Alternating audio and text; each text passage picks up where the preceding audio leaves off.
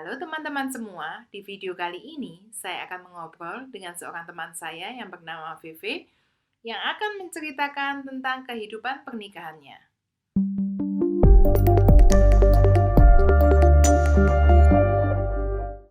Halo, Cie Vivi. Halo, Halo. halo Devi. Ya, Ya, ini kita mau minta Cici sharing tentang kisahnya JJ ini seputar pernikahannya. Kan udah berpisah tapi tidak bercerai, itu bisa diceritakan, Cie? asal mulanya itu sih waktu itu saya tahu posisinya itu memang saat ini tuh saya posisi menik apa masih menikah tapi posisi berpisah Hmm. karena awalnya itu saya itu apa saya mengetahui suami saya itu waktu itu selingkuh. Nah, waktu itu saya tahu selingkuh, pastinya itu hati aku itu hancur ya, hancur, terus, eee, kecewa, terus nggak, apa ya, merasa itu nggak nyangka, Hmm. eee, per apa, suamiku itu, nyakitin aku seperti itu. Nah, setelah itu, eee, yang aku lakukan pada saat itu tuh, waktu itu aku konseling konseling dengan Tante Yongki yang kamu kenalin ya, Deb, ya. Hmm. Yaitu saya waktu itu konseling, saya diberi kekuatan, saya diberi, saya didoakan, saya diberi pengarahan sehingga saya, berpikir itu positif. Jadi enggak memikirkan hal yang apa ya, yang nggak masuk akal. Jadi, saya waktu itu didoakan sehingga aku tenang, sehingga aku setiap kali, mengambil keputusan itu, aku itu apa, nggak asal asal negur gitu. Nah, waktu itu saya benar-benar ya sebelum saya benar-benar apa ya, sakit hati sungguhan, benar-benar saya nggak punya pikiran, ya sempat dikasih tahu, "Oh, aku harus balas dendam, aku harus harus, melakukan hal-hal yang yang nggak sepantasnya." Tapi saya tetap, doa terus. Waktu itu saya aku doa terus dan Tuhan itu memberikan aku tuh rahmat ya, sehingga aku itu nggak melakukan hal-hal itu, sehingga aku fokus apa yang yang yang Tuhan ajarkan kepada saya. Cuma waktu itu sempet suami minta cerai, tapi satu yang aku pertahankan, cuma saya katakan sama suami itu, "Apa yang disatukan Tuhan tidak boleh diceraikan oleh manusia." Itu aja. Dan dia berkata macam-macam, saya enggak gubris ya, saya enggak saya tetap saya cuma diam, saya enggak mau balas dendam, saya enggak mau mengolok-olok, enggak mau bertukar argumen ya. Jadi sehingga saya itu tetap diam, diam cuma dan berdoa gitu aja yang aku lakukan. Sehingga saya memutuskan tetap posisi saya ini saya tidak menginginkan untuk bercerai karena karena melihat anak saya ya, Deb, ya. Karena saya tidak mau anak saya itu uh, dari keluarga yang broken home. Karena saya melihat anak saya itu tetap punya keluarga utuh meskipun kita berpisah untuk sementara. Dan um, dan saya yakin suami saya akan kembali kepada keluarga, anak dan istrinya, kembali ke kembali seperti dulu lagi. Itu, Deb.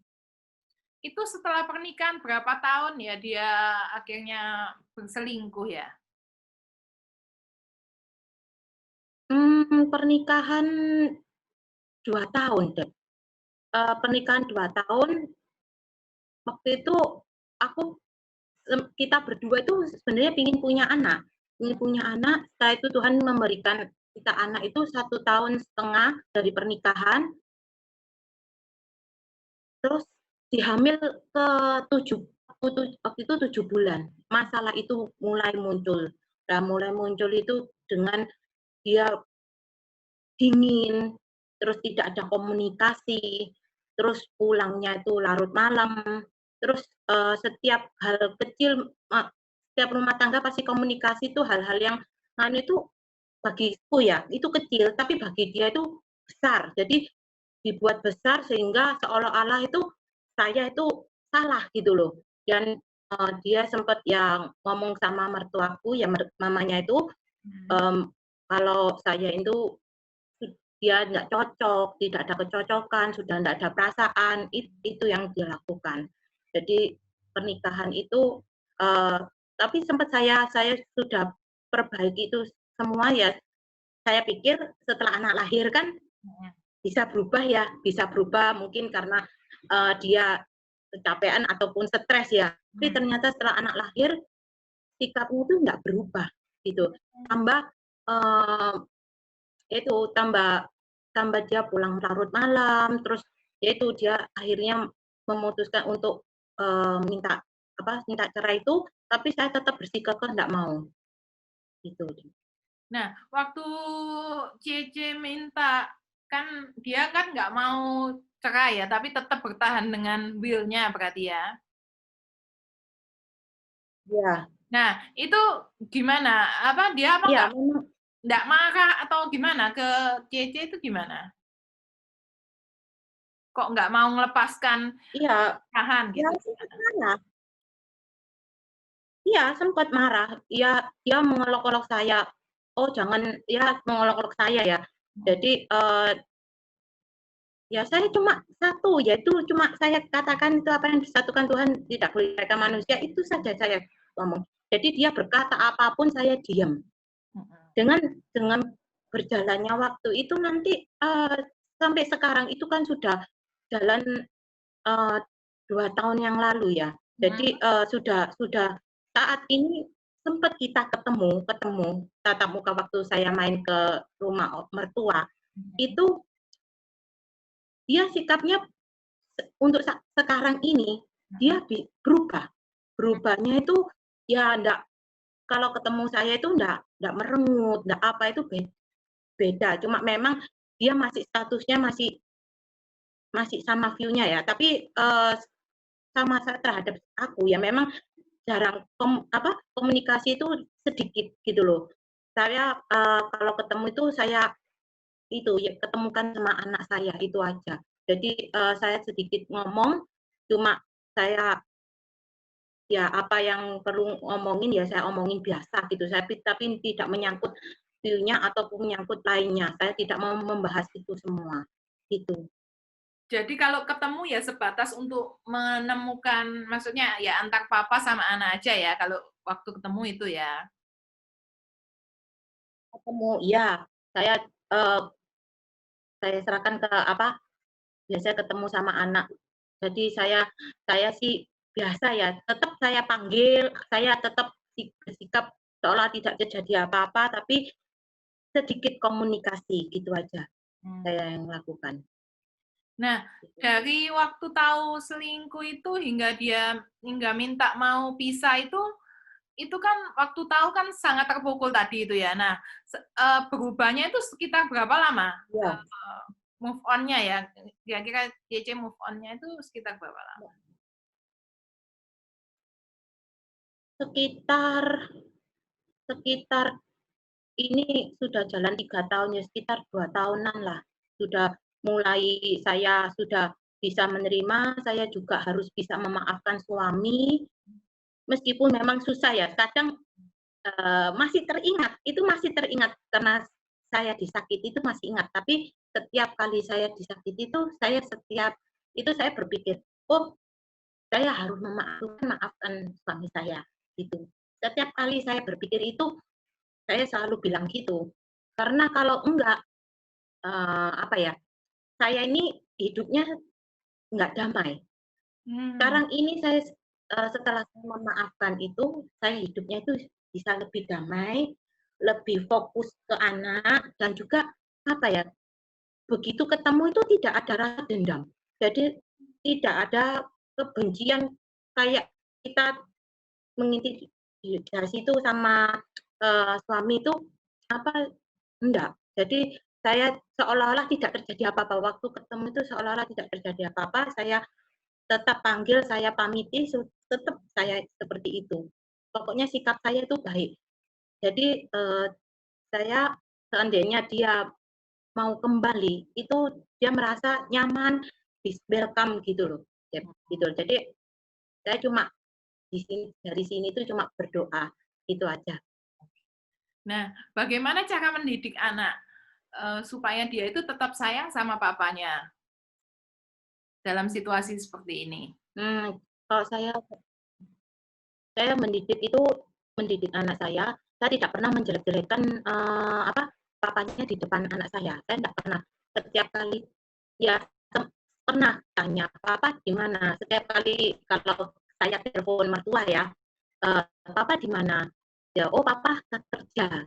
Gitu aja. Namanya masih kecil ya, kok kerja kan, ya sudah nggak ada pertanyaan lagi gitu loh. Jadi setiap, kan kalau pas waktu ketemu dia ya main sama papanya gitu. Ya jadi ya intinya di mindset-nya dia itu, oh papanya lagi kerja cari uang gitu. Dan juga, anak saya sih untuk saat ini sih nggak terlalu, tanya-tanya soal papanya ya. Mungkin karena saya apa ya, tidak pernah cerita papanya itu bagaimana, itu kan urusan orang dewasa ya. Jadi anak kecil jangan, kalau saya bilang tuh jangan di-mindset, oh nyeritain masalah orang tuanya, karena kasihan, karena itu bisa membuat trauma untuk anak. Jadi saya tetap, memfokuskan ke anak itu tetap orang tuanya itu dalam keadaan baik-baik saja. Jadi pesannya Ya, pesan JC untuk orang-orang yang mengalami hal-hal seperti JC alami itu gimana? untuk, kalian yang pernah mengalami seperti saya, jangan mengambil keputusan untuk bercerai, karena bercerai itu tidak menyelesaikan masalah.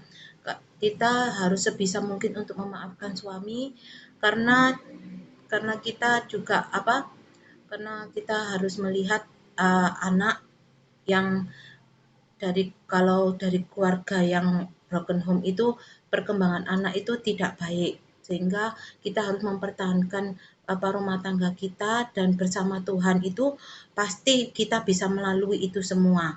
Terima kasih semuanya sudah melihat video ini sampai akhir. Dan semoga apa yang kami bahas dalam video ini bisa berguna bagi kita semua. Bagi Anda yang mempunyai pertanyaan tentang pembahasan dalam video ini, atau kritik dan saran bagi channel kami, Anda dapat mengetikkannya di kolom komentar.